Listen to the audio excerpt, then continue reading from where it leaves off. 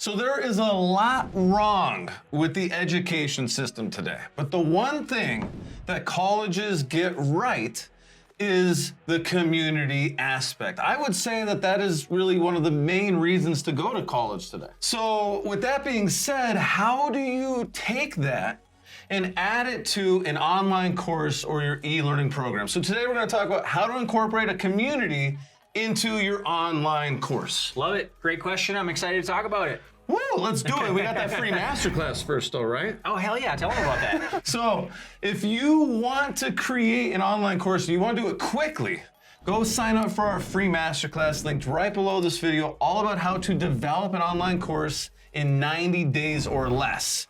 And you're going to save $10,000 in the process. Cool. All right, we got 5 things we're talking about today of how you can integrate a community into your online course. And the first first one we're talking about is LMS community function. Community function. And our favorite LMS to talk about on this channel, at least when it comes to selling an online course to your learners or your customers, is Kajabi. Kajabi has a community function built right into the LMS. It's not the only LMS that does this, but what's cool, Phil, is the community function acts as your own private Facebook. That's pretty cool. So literally you can have people post and then people comment on posts. You can have different threads. It is literally your own private Facebook, but it's guarded within your online course. Love it. That's awesome. That one's super useful. So Phil, tell us why having something like this is just a game changer for an online course. Look, you need your community members. You need the people that are taking your course to interact with each other, right? Like exactly. Like you said, that's the best part about our education system is you go to college, you get these classes together, you're hanging out, you're talking to people, you're like, what'd you get for answer number 7? Yeah. It's collaborative. Exactly. Collaboration. That's what universities really excel at nowadays. Yep. And that's where online courses fall short. Now, not every LMS or learning management system has this capability. Right. So what you can do is if you want this capability and you don't have an LMS that has it, is you can actually use Facebook groups. You can have a private Facebook group for your course. And basically you can set it up so that when someone buys your course or your employees, maybe your trained employees, you can have a private Facebook group for them to interact, talk about the course. The thing here is, and for both of these, is you need someone to manage that. So you need someone to be managing the comments. You need someone to make sure that people are actually active, because if people aren't actively using these, then they're kind of worthless. Yeah, it's just wasted space, and more time and resources for you to pay for that you don't really need. So, and you to your point about needing somebody to manage it, people get off the rails a little bit sometimes and, post something that you don't want them to. You're like, you got to kick them out. Exactly. Or at least delete the post and give them a hard time. Yeah. Send them a message. Exactly. Now, the third thing you can do, and this is much more common for LMSs to have this capability, is really use the comment section of a specific module. So this allows you to actually, you can post as the course creator, and your students can post as students. They can just comment on a module. So if you have a module like we do in our course, all about our evergreen sales funnel, people can comment, ask questions, and then you as the administrator or the course creator can go in and respond to those questions. And what you need to do to make this work, actually to make all 3 of these work, is you have to actively within your online course tell people, give them a call to action to interact with the comments section, to interact with the Facebook group, to interact with the community. And not just interact, but give them very direct interactions to do. So for example, comment section, you could say something like, leave a comment below and tell us about what your current sales funnel for your course is. Or you can ask a question like, comment below and let us know what the biggest challenge you're having with your sales funnel for your online course. Absolutely. I love that. And, being somebody that's in the professional networking space, I love to use the comments section to kind of chat with people and go and I'll dig a little bit deeper and, look them up elsewhere and try and connect with those folks,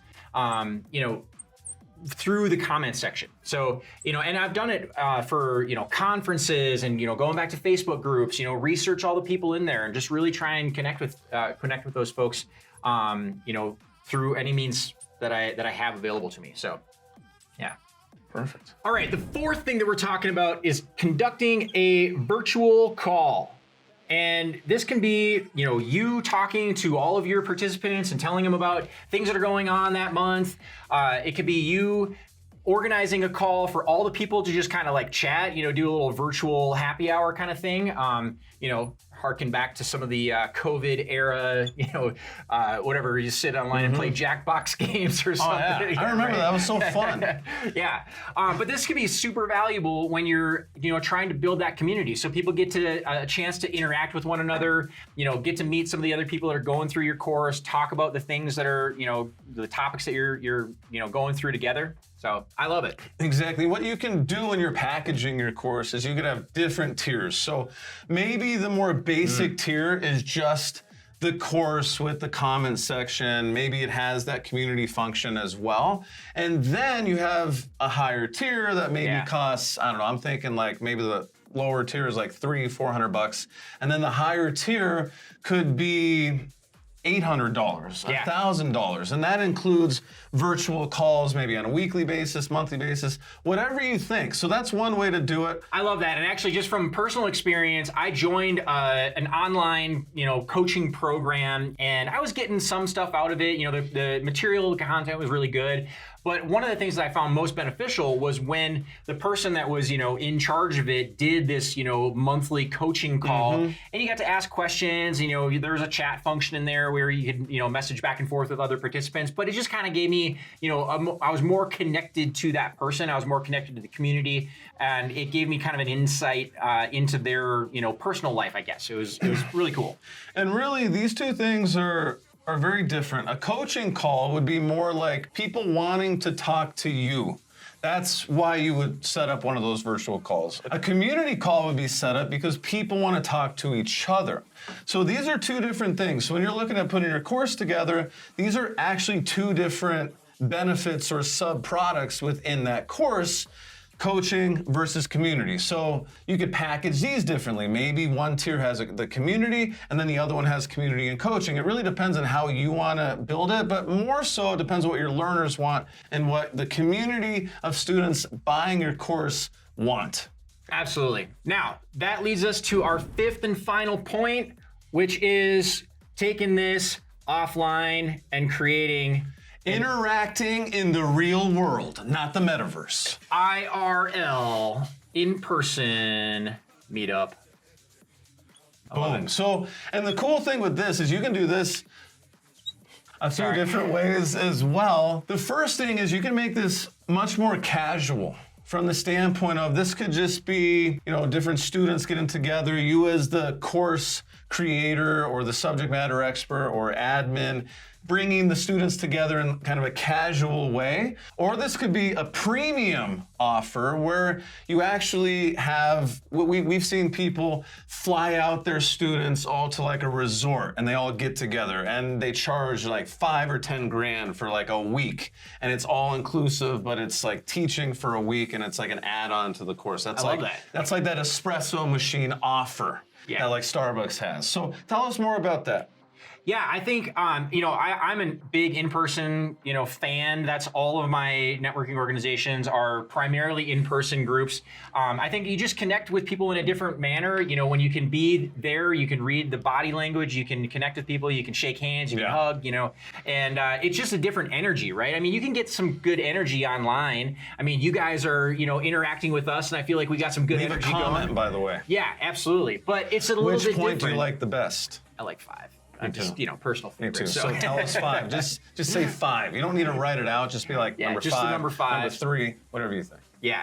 Anyway, that's where I think the magic happens, is the in-person stuff where you can connect with people, you can have a beer, you get sidetracked, you talk about, your family and vacations that are going on and all this other stuff that, just doesn't happen when you're, doing a specific online course. And, the shoulders of those meetings, right? So if you're in an hour meeting with somebody for a course, when you do that in person, you've got like the before time where you're like, hey, what's up, man? You're just kind of sitting around waiting for the course to start. And then afterward, after it ends, you can hang around and, grab a coffee or whatever. So those are the things that are super important. And I like your idea about, making it an add-on, extra offer. So it really depends. Because when we were prepping for this, Phil, you brought up that it could be something as simple as everyone getting together in a specific city. Maybe it's people that are already in that city. Maybe people care about this so much they're actually going to go and fly, right? So you create much more of a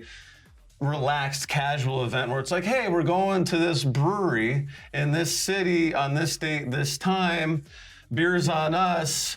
Pay your own way to get there. Yeah. So that'd be the casual way of doing it. Then there's the way where you can actually have a package where it's like all-inclusive, go to like a retreat place somewhere, and it's much more kind of structured thing that they're buying into. So really depends on what you want to do and, like we said, what your students want to do. Love it. So remember, we had that free masterclass for you to really figure out all of this. Figure out if your learners even need something like this. And if they do, which one are you able to commit to? Because each of these takes a certain level of commitment. So yes, it's important what your learners want and need, but it's also important that you can deliver it and feel the energy to actually do that in perpetuity as long as you're having that course and serving those students. So figure all that out and more. Sign up for our free masterclass below. It's going to help you develop and launch a course in 90 days or less and save a bunch of money in the process. Awesome. And thank you for the likes and subscribes.